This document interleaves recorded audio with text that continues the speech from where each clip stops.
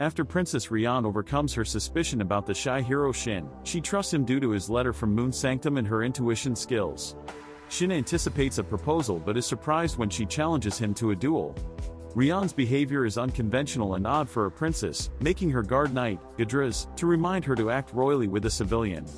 Nevertheless, she insists on a duel, which Shin accepts. Shin, Rian, and Rizzed teleport to a dome designed for such battles. Rian explains that it is a training ground for two chosen ones to fight. Shin is intrigued, noting that teleportation is considered a lost technology, yet a teleportation point still exists here. They both choose their swords. Shin picks a small, clean one while Rian selects a massive sword, twice her size. How is she even handling it? On Rizzed's signal, they start the fight, rushing to attack each other. Shin adjusts his abilities to match Rian's level. They engage in battle, but Shin, with his incredible speed and godly reflexes, dodges every attack. He would have been in serious trouble if even one had landed. Rizzed and Shin suggest ending the fight, noting that it's pointless since they are evenly matched. Princess Rian agrees, and both take a sigh of relief. Rian offers Shin a position in the royalty and army due to his strength, suggesting a high rank with all its perks. However, Shin, who dislikes attention, declines, valuing his freedom as an adventurer. He explains that a high rank would come with too much responsibility, so he refuses. They then discuss the skull-faced sword. Rian explains that in their kingdom, it's a tradition for a man to gift a sword when proposing to a woman. This same sword is used by the wife to kill the man if he is caught cheating. Shin asks if giving the sword to Princess Rian would imply a proposal. Rian thinks it over and says it would be treated as just a sword. Rizzed adds that many people might trouble Shin over this, so it's best to consider it a simple gift, avoiding any drama. Shin decides to gift the sword to Rian, knowing how much she loves it. Rian is surprised when Shin declines her offer, wanting nothing in return. They teleport back to the castle, finding the guards unconscious. They notice Cardinal Greril using magic in the corner. Rizzed rushes to stop him, but Greril uses his magic to teleport Shin and Rian to a random location. Though nauseous, they are unharmed. Rian assesses their surroundings and identifies it as the Holy Land of Kakia. She is surprised that someone as powerful as Cardinal Greril can be controlled. Shin asks if she knows a nearby town. Rian replies that the fortress city of Valmer is on the route to or from Bayerlicht. When Shin suggests using telepathy, Rian explains she can't since she isn't part of a team. Just then, Shin receives a telepathic call from Schnee. Schnee is all worried and in a panic because she thinks Shin disappeared again. She sure is suffering from PTSD. Shin informs Schnee that Cardinal Greril was under the influence of the magic spell Charm and Confound. He was being controlled. Schnee mentions that mind disturbance skills have been outlawed for quite some while. Anyone caught practicing in the kingdom would get executed. Shin explains that he cannot use teleportation because if the royal family finds out, they won't let him leave. He informs Rian about their rendezvous point in Valmer. Meanwhile, Schnee, Tiara, and Yuzu head to the castle to confront the demon. Schnee tells Tiara that these demons are born from miasma, are enemies of humans, and torture and ensnare them. If a demon can control humans, it's an intelligent Count-class demon. Tiara asks about their strength, to which Schnee replies saying their levels range from 300 to 400. Tiara, worried because she is much weaker, is reassured by Schnee that she won't have to fight today, only observe. They approach the castle, and Schnee uses a spell to make them invisible to human eyes. She then flies with Tiara over the castle wall. Tiara panics but remembers that her master is always like this, and she is often surrounded by powerful people way out of his league. They proceed to the basement prisons where Cardinal Greril is held. Schnee makes the duty knight sleep with a spell and they enter. They inform Cardinal Greril that the two people he teleported are safe, and Greril feels relieved. Just as Schnee is about to break Greril's mind control spell, the demon responsible for the spell appears and attacks. Schnee, being very powerful, retaliates easily. The demon asks why she is helping humans, and she replies that she is from the Moon Sanctum. The demon, revealing his grudge against the Moon Sanctum for killing his friends, tries to demoralize Schnee by saying her master abandoned her. However, he doesn't know that Shin, the high human, has returned. Schnee uses her blue moon sword to behead the panicked demon with a single slash. She, Greril, and Tiara then head towards the castle. The soldiers are amazed to see the famous Schnee raise Czar of the Moon Sanctum. They inform the royal family of the entire situation and restore Greril to his original role as the castle's communicator to the church. Schnee advises keeping the situation a secret to prevent panic among the people. They then hurry to the rendezvous point in Valmer to meet Shin and Princess Rian. Shin and Princess Rian are trapped in the Holy Land. Shin asks if she knows anything about it, and Rian explains that the Holy Land is a city destroyed during the Sunset of Prosperity and it requires multiple chosen ones to defeat some of its monsters. She is glad her skull-face sword teleported with her, and Shin agrees it's a good weapon. She inquires about Shin's weapon, to which he assures her not to worry. Shin internally notes that he must hide his true abilities from the princess to avoid being detained. He acknowledges it will be challenging to suppress his power in the Holy Land. Rian explains that there are gates at the 4 cardinal directions of the Holy Land and that she once entered through the south gate during a survey. She mentions a small door beside the gate with a mechanism to open and close it.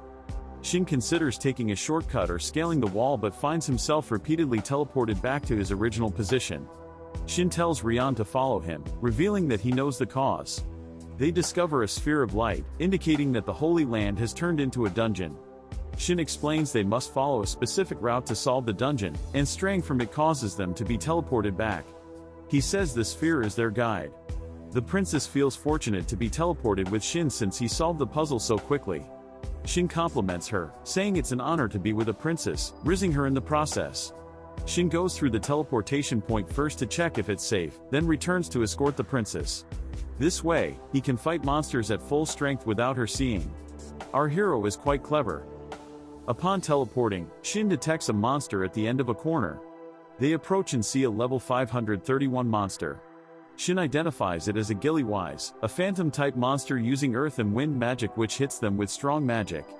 The princess is surprised to know such strong monsters exist in the Holy Land. Shin disrupts its wind magic, creating an opening for the princess.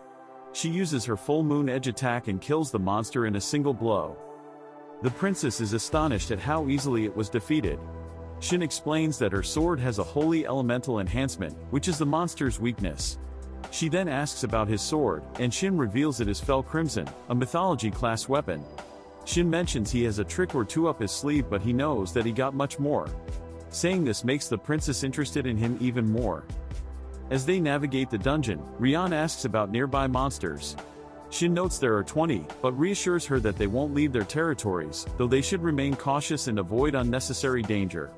They pass through another teleportation sphere and encounter a level 684 monster, Gilai.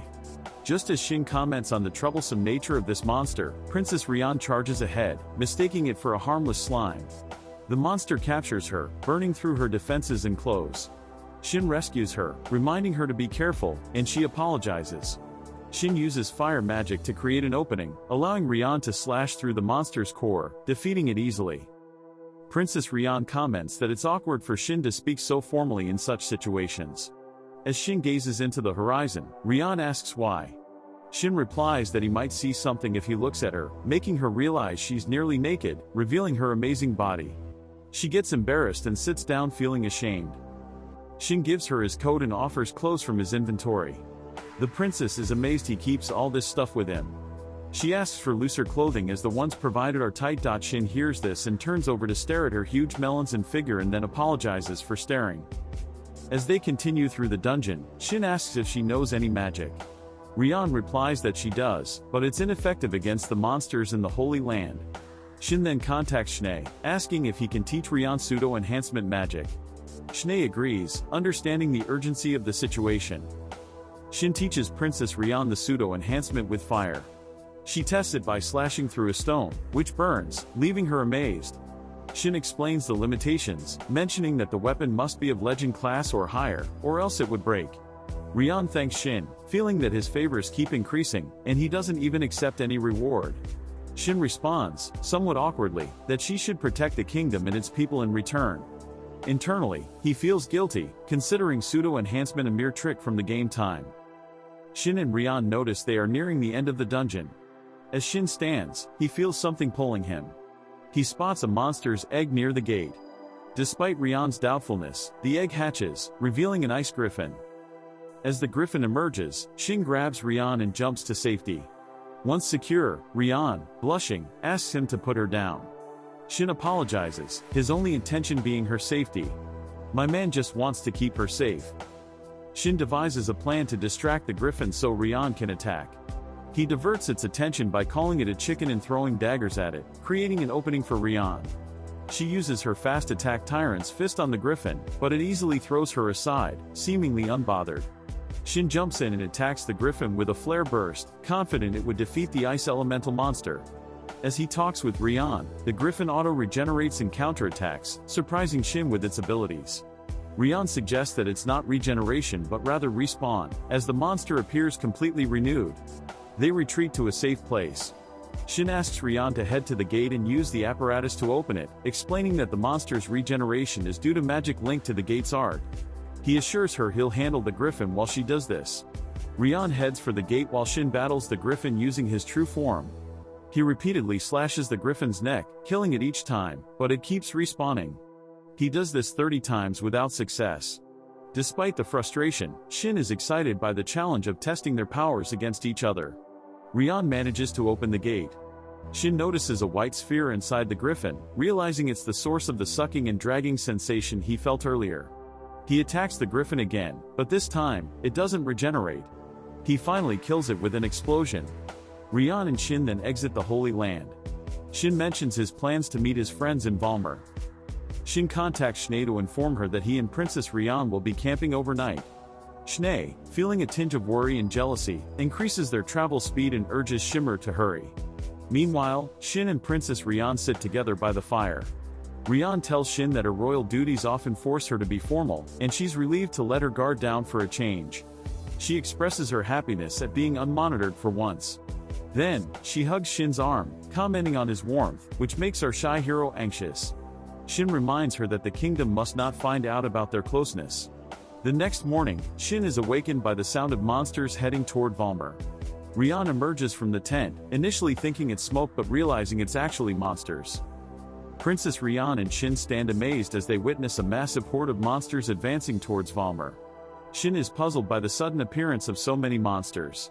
Princess Rian explains that the magical essence leaking from the Holy Land gathers at a certain point, creating a flood. Shin speculates that the horde likely consists of low-level monsters and questions why they are heading towards Valmer. Rian explains that Valmer, being a fortress city, is designed to withstand such assaults and is protected by powerful warriors and the Chosen Ones. With some time left before the monsters reach Valmer, Shin teleports with Rian to the city. Upon arriving, Rian, due to her royal status, decides to handle discussions with the Duke herself and instructs Shin to meet with the local adventure guild master. Shin then encounters the guild master, Baron Lack, and informs him that the monsters will arrive within a few days. Shin reassures Baron Lack of his sincerity by showing the Moon Sanctum card and mentions that his friend, Princess Rian, is speaking with the Duke, so orders will soon follow. Baron Lack acknowledges that the army is likely preparing and instructs his elf assistant, Eliza, to contact each guild representative. As Shin walks through the city to reunite with Rian, he notices a shop with a logo named Pawadi's, which seems familiar. At that moment, he receives a call from Schnee and informs her about the approaching monster flood, asking about the Pawadi's logo. Schnee claims she doesn't know about it. Let's hope she's being truthful. A bit further along, Shin encounters Brett, a support character from his friend's game era. They sit together for tea, and Shin explains the situation with the monster flood and his inability to use his full power due to Rian's presence as a princess. Brett agrees and suggests that the princess might be down bad and propose to Shin because of his powers. Shin asks Brett about Pawadi's, and Brett reveals that it belongs to his friend Mr. Hibenico. Shin is surprised, thinking he was the only one from their game still alive. Brett then informs him that Mr. Shadow and Miss Holly are also in Valmer. Shin, surprised, recalls that they were supposed to have died during the death game but have somehow survived. Brett shows Shin a list of surviving players and a separate list of player killers. He mentions that the initiative to find them was started by none other than Schnee. Shin overthinks why Schnee didn't inform him, and Brett exacerbates his worries by suggesting that her loyal support might have betrayed him. Shin ponders this, reflecting on the Pawadi's shop incident. Brett reassures him that Schnee wouldn't betray him, easing some of Shin's stress. When Shin asks if Brett will fight, Brett replies that he won't but will gather resources.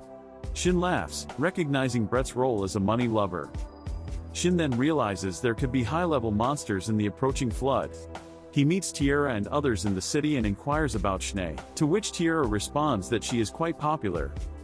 They then proceed to meet the Duke of Valmer, Tauro Yak's fair. Schnee introduces everyone and informs the Duke that she will be training his army, as they are under her command. Tiara feels sympathy for the soldiers, knowing Schnee's training is very rigorous, unaware that she will also be subjected to it. Schnee then explains the details of the deluge, mentioning that a powerful monster will be part of the invasion. When the time comes, everyone waits for the monsters to arrive. As the monsters appear, Schnee uses her large-scale attack, Blue Judge, to annihilate all visible monsters. Shin asks if she can attack again, but she replies that she cannot. Tiara, as always, is amazed by her master's abilities. Shin then takes on the second wave of monsters.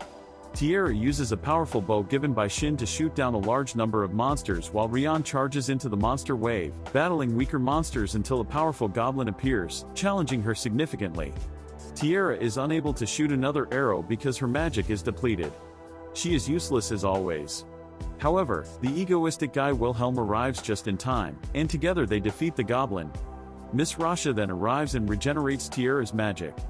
At the front lines, Shin faces a powerful wave of monsters and equips the hidden armor he crafted the previous day. He also creates a cursed weapon to easily dispatch the monsters. Shin warns the knights to move away to avoid getting caught in his attack range because he knows his immense power. With his majestic yet cursed weapon, Shin obliterates the monster wave and swiftly defeats the event boss, a demon, with a single slash. Schnee informs him that all the monsters are now dead. Fast forward, Shin remains in Valmer for a few days as the city wishes to thank him for eliminating the monster flood. Everyone else leaves Valmer, uninterested in the celebrations. Shin asks Tiara and Schnee to hold his arms as they enter the hall, looking like a royal family. The crowd watches them as they enter. Schnee gives Shin a side eye and asks if anything happened between him and Rion the other day, to which Shin responds no. At that moment, Rion appears, complaining that Shin has been ignoring her and warning that it might attract attention. Rion says she enjoys the attention and jokes that Shin proposed to her, playing it off humorously. Schnee is feeling jealous of Rion and Shin, so she decides to leave them alone. Tiara notices this and asks Rion about her experience fighting the monsters. As Rion starts sharing the details, Tiara asks Shin to get some drinks. Shin then heads to the balcony, where he encounters Schnee. He asks if she felt jealous, and she responds, maybe. They discuss how Schnee kept the fact that other players were still alive a secret. Schnee becomes emotional, explaining that she didn't tell him because she feared he would revert to being emotionless and cold as before.